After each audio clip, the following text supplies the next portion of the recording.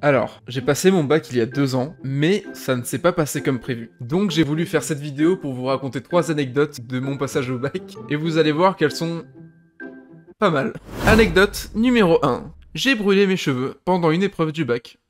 Alors, vous êtes en train de vous dire... Oh mais Emilio, comment tu peux faire pour brûler des cheveux pendant une épreuve du bac? T'as voulu faire un barbecue sur tes cheveux ou quoi? Et c'est à quoi je vous répondrai... Non. Je n'ai pas voulu faire un barbecue avec mes cheveux. Mais, faut que je vous raconte quand même les détails. Donc moi j'ai fait un bac STL biotechnologie. C'est un bac technologique avec comme matière principale la biologie. Très perspicace.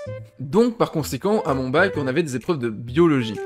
Et donc vous connaissez très bien les laboratoires, les pipettes, les boîtes de pétri, les béchers, tout ça vous connaissez bien évidemment. Mais connaissez-vous le bec Bunsen?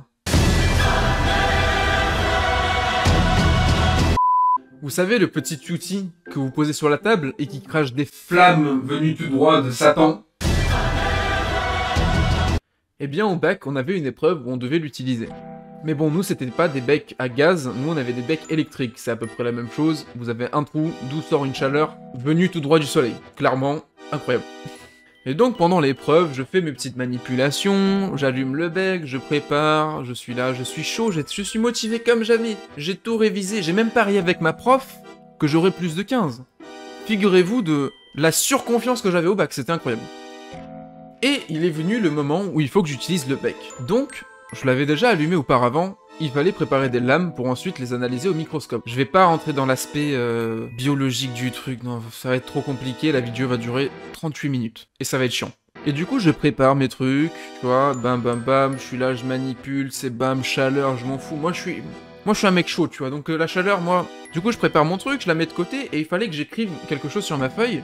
Et en voulant écrire quelque chose sur ma feuille, je me penche sur ma feuille, et je n'ai pas remarqué, mais le bec était juste devant moi, en fait. Le bec était là, vous voyez, le bec était là, ma feuille était là. Et je me penche comme ça, pour écrire. À votre avis, qu'est-ce qui s'est passé? J'ai brûlé mes cheveux. Mais vraiment, j'ai vraiment brûlé mes cheveux. C'était une expérience...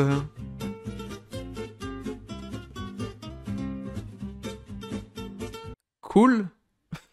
Et le pire dans tout ça, c'est que vraiment je l'ai fait, je me suis éteint les cheveux, et j'ai fait comme si de rien n'était. J'ai regardé autour de moi comme ça, voir si quelqu'un l'a vu. Personne ne l'a vu, ok?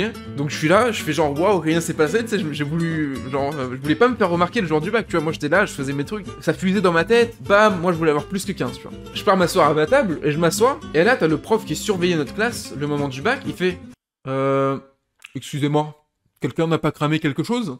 Et là, tout le monde qui regarde ses affaires, tu vois, tout le monde regarde ses affaires en mode s'ils ont pas cramé sans faire exprès et tout. Moi, je savais très bien d'où venait cette odeur de popcorn, mais je voulais pas le dire. Vous imaginez la honte? Et j'ai fait comme si de rien n'était, personne n'a rien remarqué. Et à la sortie, j'ai croisé ma prof de bio et je lui ai dit ce qui s'est passé. Mais elle a rigolé, tellement fort, mais c'était incroyable. Et ça va être un moment inoubliable dans ma vie, le moment où j'ai cramé mes cheveux au bac. Anecdote numéro 2. J'ai pleuré à l'oral de français.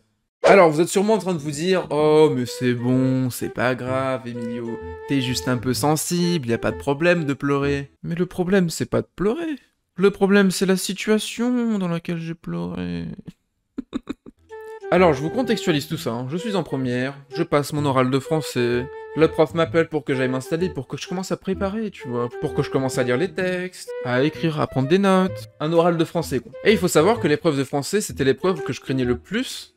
Avec bien sûr les maths et les physiques. Alors il faut savoir que je ne suis pas français, je suis portugais avec 2 parents russes. Moi-même je sais pas comment c'est possible.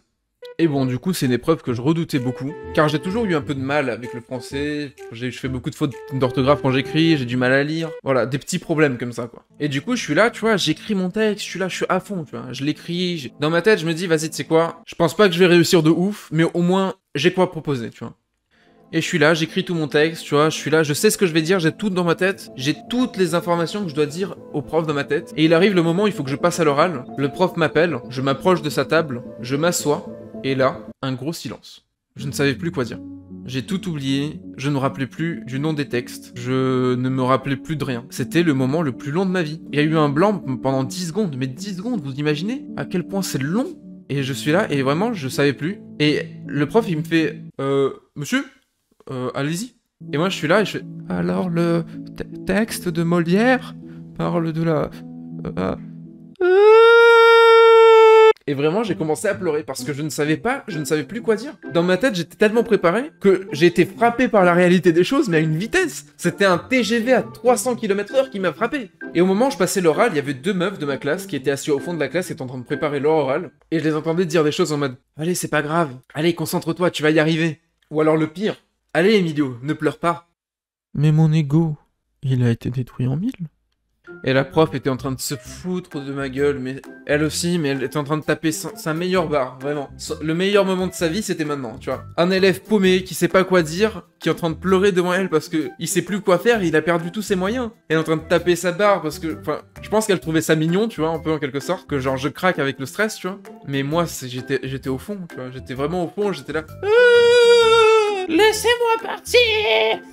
Et l'anecdote numéro 3, j'ai été beaucoup trop confiant pour le bac. Alors vous êtes en train de vous dire, mais Emilio, c'est quoi cette anecdote de merde? Et moi je vais vous dire, oui, c'est une anecdote un peu nulle, mais il faut que je vous en parle. Parce que j'ai peur que vous fassiez la même erreur, s'il y a des petits jeunes qui me regardent ou quoi. Moi je suis un peu un daron, tu vois, j'ai 48 ans, je connais la vie, tu vois, moi je t'explique un peu la vie, tu vois. Bon, pourquoi j'ai été aussi confiant pour le bac? Alors, faut savoir que j'ai énormément révisé parce que je voulais à tout prix avoir la mention bien, que je n'ai pas eu, à 0,2 points. Cette confiance-là, je l'ai montrée à tout le monde. Vraiment, c'était un concours de bite à un moment. C'est-à-dire que, bim, bac d'espagnol, je sors 20 minutes avant tout le monde. Vraiment, c'était insolent la manière dont je suis sorti de la classe. La prof nous dit, ceux qui ont fini et qui veulent me rendre leur travail, ils peuvent se lever et me rapporter. Personne n'a bougé d'un pouce et moi, je me suis levé comme ça, là. Je marche vers la prof comme ça. Tu sais, avec une musique un peu beau gosse, tu vois.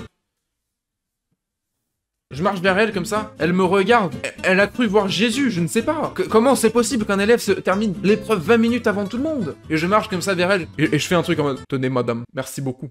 Je ramasse mon sac et je me casse. Et les gens ont rigolé quand je me suis levé. Les gens vraiment se sont foutus de ma gueule. En fait, ils pensaient que j'avais rien fait, je pense. Ils pensaient que j'avais rien fait, et que je rendais feuille blanche, et puis juste je me cassais, tu vois. Alors que non, je vous rassure, j'ai eu 18 à l'épreuve.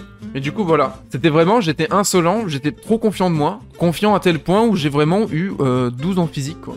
Alors que j'avais toutes les formules dans ma calculatrice, et je n'ai pas voulu les regarder, parce que moralement, je me sentais pas bien de tricher. Ouais, je suis un peu un faible, ouais, y a un problème, mais jugez-moi, allez, jugez-moi, pas de soucis. Bon, du coup, voilà, c'était mes 3 anecdotes sur le bac.